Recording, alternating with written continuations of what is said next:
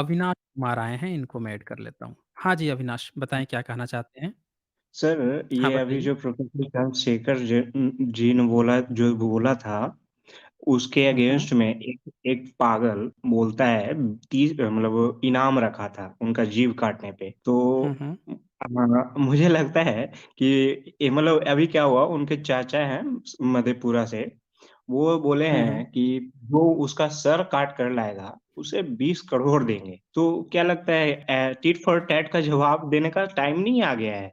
ये लोग कभी नहीं सुधरेंगे क्योंकि सुधरने का रहता तो कब का सुधर जाता ये लोग। इनके मुँह बढ़े हुए हैं ना, इनको ऐसा लगता है कि कोई भी धर्म ग्रंथ पे पढ़ के सुना दिया है, शूद्र होके कैसे धर्म ग्रंथ पढ़ के सुना दिया। इनको सबसे बड़ी दिक्कत इसी बात की है। इन्होंने जो हुँ, मनुस्मृति में लिख रखा है कि भाई शूद्र जो है अगर वो कुछ कहता है, तो उसका ये है ना, ये मैं दिखा देता हूँ फिर से लोगों को एक बार थोड़ा और क्लियर हो जाएगा। सारी बातें क्लियर होनी चाहिए। ये देखें ये।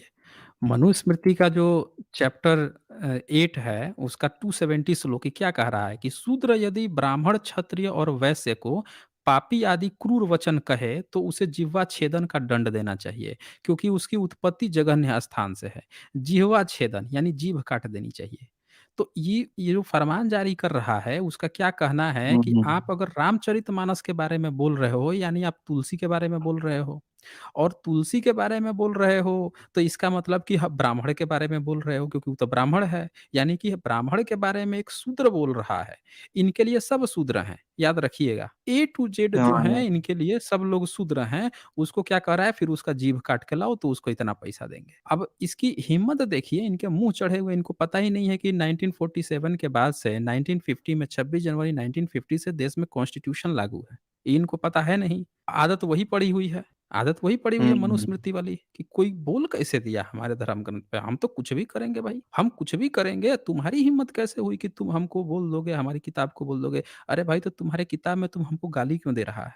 आगे ये भी लिखा है यहाँ पे कि यदि शूद्र द्रोह से ब्राह्मण आदि द्विजातियों का नाम और जाति ग्रहण पूर्वक बुरी बात कह दे, तो जलती हुई 10 अंगुल की लोह सलाखा उसके मुख में डाल देनी चाहिए।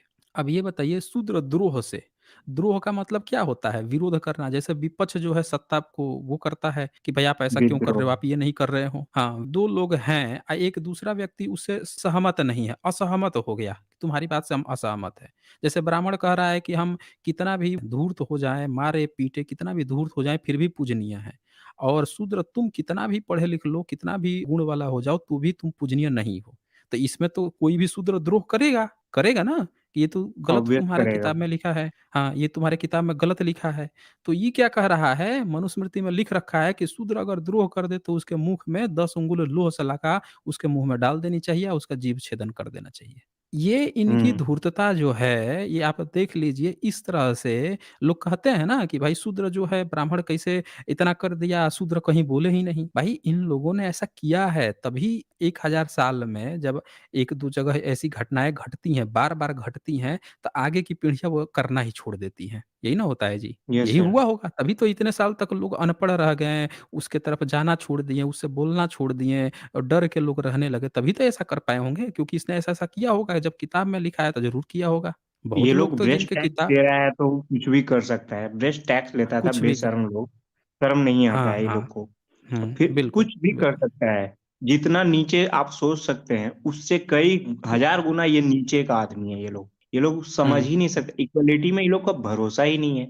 नहीं है। 1919 में अंग्रेज लोग सही बोला था, ये लोग में न्यायिक चरित्र नहीं है चरित्र नहीं और होता है। आज के टाइम में 79% सुप्रीम कोर्ट, हाई कोर्ट में यही ले लोग बैठे हैं। तो क्या होगा? यही होना ही है, हो रहा है ये। देखिए, इनके यहाँ मनुस्मृति में ये बात भी लिखी हुई है कि कोई शूद्र जो है ना, वो अगर न्यायाधीश बन गया, अगर शूद्र, तो शूद्र अगर न्यायाधीश बन गया तो उसमें समझिए कि वो ऐसे हो जाएगा जैसे गाय जो है कीचड़ में है, ठीक है ना? हुँ, गाय में हुँ। कीचड़ समान हो जाएगा, यानी कि शूद्र जो है उसको न्यायाधीश नहीं बनना है। तो आज की डेट में इनका जो चैप्टर 8 है ना मनुस्मृति का, उसका 21 श्लोक में लिखा है कि जिस राजा का न्यायाधीश शूद्र होता है, ध्यान दीजिएगा, जिस राजा का दूसरा न्यायाधीश शूद्र होता है, उसका राज्य कीचड़ में गौं की भांति फंसकर पीड़ा पाता है। तो इन्होंने हाँ, आज की डेट में 79% अभी पिछले 5 साल में जो भर्ती हुई है, उसमें 79% सो कॉल्ड अपर कास्ट को भर्ती किया है। शूद्र सिर्फ़ 21% इन्होंने भर्ती किया है पिछले 5 साल में, तो ये तो लेटेस्ट आंकड़ा है। इसके पहले आप जाइएगा ना, तो उसमें पाइएगा कि और भी ज़्यादा सो कॉल्ड अपर कास्ट को ही सेलेक्ट किया गया है और शूद्र को बहुत कम सेलेक्ट किया गया है। जबकि कॉन्स्टिट्यूशन के अनुसार कम से कम 50% तो होना चाहिए शूद्र। कॉन्स्टिट्यूशन के यस सर। अनुसार शूद्र होना चाहिए। अगर आप जब फैसला दोगे, एक शूद्र 85% देश में है, 90% है उनका फैसला ब्राह्मण कर रहा है। मान लीजिए कि वो ब्राह्मण के खिलाफ ही गया हो, तो वो अपने ब्राह्मण का पक्ष लेगा या शूद्र का पक्ष लेगा, जो न्याय कर रहा है वो? ये लोग ऑब्वियस बताइए। अपना ही लेगा क्योंकि ये लोग में अब डीएनए में ही लोग का जातिवाद है। ये लोग कभी नहीं सुधरेगा। तो कहने का यही मतलब है कि इन्होंने जो आंकड़े दिखा रहे हैं, वो आंकड़े भी बता रहे हैं कि मनुस्मृति में जो लिखा है, वही चीज़ आज भी फ़ॉलो हो रही है। भई आप अगर रिप्रेजेंटेशन नहीं दे रहे हो, जनसँख्या के अनुपात में रिप्रेजेंटेशन नहीं दे रहे हो, तो इसका तो जो मैसेज आ रहा है, वो तो यही आ रहा है कि आज भी वही चीज़ें चल रही हैं। यस सर, सही तो बोल रहे बाकी हैं। आपने वो जो कहा ना कि टिट फॉर टैट, कि उन्होंने कह दिया कि भई हम गर्दन जो काट के लाएगा वही उसको। देखिए संविधान मानता देखें हूँ, मैं इस टिट पे बिलीव नहीं करता टिट हूँ। मैं टिट बस फॉर बोल दिया। टैट जो है, हाँ, हाँ, यहाँ पे जो चीज़ें हैं, हम लोग कॉन्स्टिट्यूशनल लोग हैं। आपने जो कहा है ना, इस पर एक छोटा-सा मैं एक कहानी सुनाता हूँ बुद्ध का। वो पहले यस भी सर। सुना चुका हूँ, फिर से रिपीट कर देता हूँ। सब लोग सुनिएगा बड़ा ध्यान से। एक साँप था एक जंगल में, अजगर था। जो जाता था ना उसको खा जाता था वो। कहानी है कि कैसे साँप खा जाता था इंसान को, या क्या कह रहे हैं। कहानी है, उसको समझिएगा, इसके थीम को समझिएगा। तो क्या हुआ कि जो लोग उधर जाते थे ना, लोग जाने से उधर बचने लगे। अब एक दिन बुद्ध जो हैं उस जंगल में गए, जा रहे थे, लोगों ने रोका, "मत जाइए, अजगर रहता है, खा जाएगा आपको भी, बड़ा धूर्त है। बच्चों तक को नहीं छोड़ता, जीव-जंतु, घोड़ा, गदहा, खच्चर किसी को नहीं छोड़ता, सबको खा जाता है।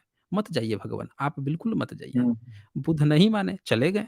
जब गए तो वहाँ पे क्या देख रहा है, वो अजगर क्या देख रहा है, उसका हालत वैसे हो गया कि यार ये तो हमसे डर ही नहीं रहा है। बाकी सब तो डर के उनके सुसुपोट्टी छूट जाती है, ये कैसा व्यक्ति है कि डर ही नहीं रहा है। सोचा कि यार चलो इससे बात करते हैं, आखिर क्या माजरा है, पहले जान लेते हैं फिर आराम से खाएँगे इसको। गया, कहा कि भई तुम हमसे डरे नहीं? पूरा दुनिया तो हमारा नाम सुन के उसकी सुसुपोट्टी हो जाती है, तुम बिल्कुल नहीं डरा? हम सबको खा जाते हैं, तुमको भी खा जाएँगे। बुद्ध कहें कि ये बताओ, तुम इतने लोगों को खाए हो, ये बताओ जितने लोगों को खाए हो उतने लोगों को फिर से बना सकते हो? अगर बना सकते हो तो बताओ, हुँ। हम मान जाएँगे कि तुम बहुत शक्तिशाली हो, तुम में पावर है, तुम में शक्ति है। अब वो कहा कि नहीं, हम शक्तिशाली तो हैं, हम खा तो जाते हैं, मार तो देते हैं। ये कैसा प्रश्न बना कर दिया कि क्या वैसा बना सकते हो यार? ये तो गड़बड़ प्रश्न कर दिया। अब वो सोचा कि रुको, इससे पहले डिस्कशन कर लूँ फिर आराम से खाऊँगा मैं। फिर अब दिमाग में सोचने लगा, यार हम तो सोचते थे कि हम दुनिया के सबसे शक्तिशाली हैं, किसी को भी मार सकते हैं, खा सकते हैं। ये बनाने वाला तो हमसे कोई नहीं प्रश्न पूछा था। मान लो कि हम इसको खा जाएँगे ऐसे ही, अब बना नहीं पाए, तो ये तो हमारी इंसल्ट ही हो जाएगी। उसका अहंकार उसको कचोटने लगा। वो अपने आप को बहुत हुँ, ताकतवर समझ लिया था, अपने को बहुत वो समझ लिया था कि हम तो कुछ भी कर सकते हैं, किसी की हिम्मत नहीं है। अब ये कैसा प्रश्न है? वो थोड़ा वो में फँस गया। तो उन्होंने कहा कि देखो, जितने लोगों को खाए हो उसमें से एक को भी किसी को बना के दिखा दो, फिर हमको आराम से तुम खा लेना। हम मान लेंगे कि तुम बहुत शक्तिशाली हो और तुम जो है कुछ भी कर सकते हो। अब बेचारा वो नतमस्तक हो गया। कहा कि भई आप पहला ऐसा व्यक्ति मिले हैं जो हमको अंदर से जगा दिए। मतलब हमको लगता था कि हम कुछ भी कर सकते हैं, लेकिन हम नहीं कर सकते। हम सिर्फ़ मार सकते हैं, बना तो नहीं सकते हैं। यानी कि हमसे भी ताकतवर जो है, हैं लोग जो बना रहे हैं या जो बन रहे हैं या कुछ, तो हम नहीं हैं, सबसे शक्तिशाली हम तो नहीं हैं। वो एक्सेप्ट कर लिया। हाँ, फिर बुद्ध का शिष्य बन गया वो। अब शिष्य बन गया तो वो कहा कि ये बताइए, नहीं खाएँगे तो ज़िंदा कैसे रहेंगे?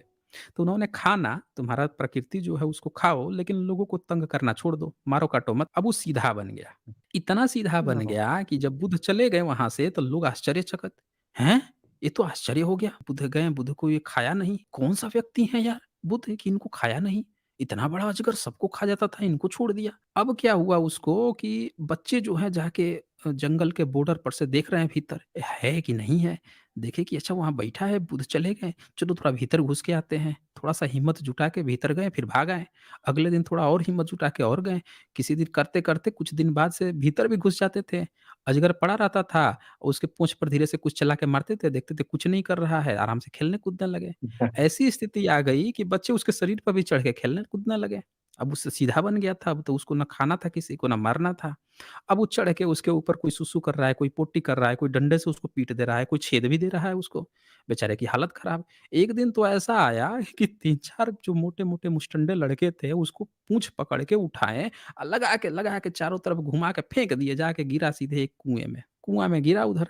अब शरीर उसका कटा-फटा है, रो रहा है, उसी में मछियाए हुए है, भीतर बैठे हुए हैं। क्या करे, क्या करे? अब क्या हुआ कि उधर से बुध उधर से जा रहे थे। गए तो देख रहे हैं कि कहीं से कराहने की आवाज़ आ रही है। कुएँ में गए तो देखे कि भीतर तो साँप पड़ा हुआ है। निकलवाए उसको। बोले कि बेटा तुम तो सर्वज्ञ थे, तुम्हारी ऐसी हालत कैसे हो गई? अब वो क्या कह रहा है कि आप ही ना कह के गए थे किसी को मारना मत और हिंसा मत करना। देखिए हमारा क्या हालत हो गया है। कैसी हालत मेरी खराब हो गई है। पूरा सब शरीर पे चढ़ के बैठ गए हैं सब हमारे। तो बूढ़े क्या कहें कि हम तुमको ये बोले थे हिंसा मत करो, ये थोड़े बोले थे कि तुम फन निकालना छोड़ दो। हम ये थोड़े मना किए कि फन भी मत निकालो। तब उसको समझ में आया कि ज़िंदगी जो है बैलेंस करके चलनी है। हमारी जो माधवी ज़िंदगी है उसको बैलेंस करके चलनी है। जहाँ जैसी परिस्थिति पड़े वैसा बनना पड़ता है। अगर बहुत यस, यस, सीधा बन गए तो ये सब चढ़ के तो इतने हज़ार साल अपने ही देश में मूड़ी पर चढ़ के बैठ के ही देखिए कैसे कर रहे हैं सब। हम लोगों के सर पे ये सही बोल रहे 85% हैं। लोग 90% लोग जो हैं सीधे-साधे भोले-भाले इनके मूड़ी के ऊपर चढ़ के तांडव किए हैं ये सब और लोग इतने भोले-भाले बन गए। तो हमको ये शिक्षा याद रखनी चाहिए, बैलेंसिंग बैलेंस होना चाहिए। नहीं होंगे तो ये कोई भी सर पे चढ़ के बैठ के ये कर देगा ये। तो ये सर चीज़ें हैं। एक क्वेश्चन है इस पे, एक क्वेश्चन है। सर ये हुँ, जो हुँ। पागल लोग का जो हाथ में सत्ता जो आया है ये, आपको नहीं लगता है ये थोड़ा बहुत द ग्रेट अशोक के कारण आया है? क्योंकि वो कुछ ज़्यादा ही लिबरल हो गए थे। एक चीज़ यहाँ समझिएगा, यहाँ पे ये लोगों की सबसे बड़ी गलतफ़हमी है। दुनिया की सबसे हाँ। बड़ी गलतफ़हमी है कि सम्राट अशोक जो हैं बहुत ज़्यादा लिबरल हो गए थे इसीलिए देश गुलाम हुआ है। भाई सम्राट अशोक नहीं, नहीं, के नहीं, बाद से ये लोग जो मूतने लगा सर पे बैठ नहीं, के। नहीं मेरी बात नहीं। सुनिए अविनाश जी, एक बात समझिए यहाँ पे। यस। ये लोग जो है ना तब सर पर बैठ के सुसु-पोटी करना शुरू किए हम लोगों के सर पे बैठ के सुसु जब भारत से बुद्ध मार्ग चला गया। उसके पहले इनकी हिम्मत नहीं थी। ये तभी से ओह! बैठे हैं इन्होंने अपना नया ब्राह्मण धर्म ही बनाया है, बुद्ध मार्ग के कब्र के ऊपर बना है इन्होंने। हुँ, बुद्ध जो थे सम्राट अशोक तो छोड़ दीजिए, गुप्त वंश तक इनकी हिम्मत किसी की नहीं थी। गुप्त वंश छोड़ दीजिए आप हर्षवर्धन काल चले आइए, पाल वंश चले आइए। यहाँ तक छठे जो है सतवें भारत पे। बहुत हाँ, भारत बहुत फला-फूला है। जितनी मूर्तियाँ-वूर्तियाँ मिल रही हैं, पाल वंश तक की कितनी अच्छी-अच्छी मिल रही हैं। पाल यस वंश सर। के बाद की जो है मिलना कम हो जाता है। जो जयचंद थे, जिनको ये सब गद्दार कहते हैं, वो सबसे बड़े देशभक्त थे, बौद्धिस्ट बौद्ध थे राजा वो, थे। हाँ, बुद्धिस्ट थे। बौद्धिस्ट थे वो। इंस्क्रिप्शन मिल गए हैं उनके। वो भी सम्राट अशोक का नाम उसपे लिखा हुआ है। वो लोग भी सम्राट अशोक का 12वीं-11वीं सदी तक वो लोग मानते थे। तो यहाँ से ये सब जो है खुद गद्दारी किया, खुद जो है अल्लाह उपनिषद लिख रहा है, खुद भाई बना रहा है मुगलों को, खुद उनका दरबारी बन रहा है। जो बुद्धिस्ट लोग थे इनको गद्दार कह रहा है और इनको जो है अपनी एक फर्जी काल्पनिक कथा कहानी बनाता है। भाई किसको काल्पनिक कथा कहानी बनाने की ज़रूरत पड़ती है? इसका पूरा का पूरा जो शिव है, ब्रह्मा है, विष्णु है, दुर्गा काली सबके सब काल्पनिक, कोई जोड़-तोड़ ही नहीं। अब बताता है इतना हुँ, हुँ। लाखों-लाखों साल पहले, ना बुद्ध को जानता है, ना उस समय की लिपि भाषा जानता है, ना अशोक को जानता है। तो ये पूरा फ़ैब्रिकेट जो किया है ना, ये पिछले 1000 साल के अंदर किया है। सम्राट अशोक तो ये ऐसे थे कि उनके बाद से 800 साल तक पूरा विश्व जो है, किसी की हिम्मत नहीं हुई थी भारत में घुसने की। जो आया वही बुद्धिस्ट बन गया। हेलोडोरियस आया था, गया था मध्य प्रदेश बेसनगर में। Yes sir. जाके बुद्धिस्ट यस सर। अपना हेलोडोरियस स्तंभ लिखवा के गया, जातक कथा का वसुदेव लिखवा के गया नाम। वो आया मीनांडर, मीनांडर आके बुद्धिस्ट बन गया। पूरा अपना सैनिक वो के भी साथ बुद्धिस्ट ब्रह्मांड बन में गया। बन गया। हाँ, ये सम्राट अशोक के बाद आके बुद्धिस्ट बन रहे हैं। 7वीं सदी में ह्वेनसांग और वो ईत्सिंग आ रहा है, 4थी सदी में फाहियान आ रहा है। ये और सब ये भारत के बुद्धिस्ट विश्वविद्यालय में पढ़ने आ रहे हैं। तो सम्राट अशोक के बाद से तो हमारा बुद्धिज़्म जो है, भारत का कल्चर जो है और स्ट्रॉन्ग हुआ ना। विश्व के लोग आ रहे हैं सर पढ़ने के लिए। ये बोलिए। जो ये जो बुद्धिज़्म एक तरह से खत्म हुआ है यहाँ भारत में, मतलब आज के डेट में बहुत कम हो गए हैं। हुँ। इसमें नहीं लगता ये मुस्लिम्स का देन है। मैक्सिमम मुस्लिम्स के इन्वेजन के कारण वो लोग यहाँ खत्म किए हैं 8वीं-9वीं सदी देखें, में। एक चीज़ आप समझिएगा, मुस्लिम वहीं-वहीं पहुँच पाया है ना, जहाँ पहले उसको पहुँच के किसी ने इनवाइट किया। एक चीज़ ओह! समझिएगा, मुस्लिम को भारत में घुसाने में बहुत सारे लेटर मिल चुके हैं। जो भारत के राजाओं ने, यहाँ के लोगों ने लिखे हैं, लिख के उसको बुलवाया है। ये लेटर ऑथेंटिक हैं, इसके प्रमाण हैं, हिस्टोरिकल एविडेंस हैं कि ये लोग लेटर लिख-लिख के उसको बुलाते थे मुस्लिम को यहाँ पे। नहीं तो मुस्लिम क्या करता था, भारत में आता था और आके लूट के चला जाता था। अभी ये बहुत अभी कुछ जो है ना छुपाया गया है, बहुत कुछ चीज़ें छुपी हुई हैं और वो सारी चीज़ें सामने आएँगी तभी बहुत कुछ खुलने वाला है। अच्छा जी, सर, जी। आप इधर आए हैं, राजगीर साइड आए हैं इधर हाल-फिलहाल? बताइए क्या कहना है आपको? अ, आप इधर आकर देखिए थोड़ा बदल गया, अच्छा लगेगा आपको। मतलब यहाँ के अच्छा। जो नीतीश कुमार जो हैं, अच्छा काम किए अच्छा हैं। वो मतलब बनवाए हैं ना कुछ घूमने वाला राहगीरी में बना है ऊपर अ, जो वो है थोड़ा-सा शीशे टाइप का है। बुद्धिज़्म से हुँ। इंस्पायर्ड है मतलब यहाँ हाँ, नहीं पांडु पोखर है, ये सब नहीं में से वहाँ बहुत वहाँ अच्छा पे काम बनाया गया है। हुआ है। पूरी दुनिया जो है इस बात को सराहती है कि वहाँ पे बुद्धिज़्म से रिलेटेड बिहार में काम हुआ है। Sir okay. ठीक है, हुँ, ठीक है। Thank you sir. Okay. Good hmm, welcome. Bye.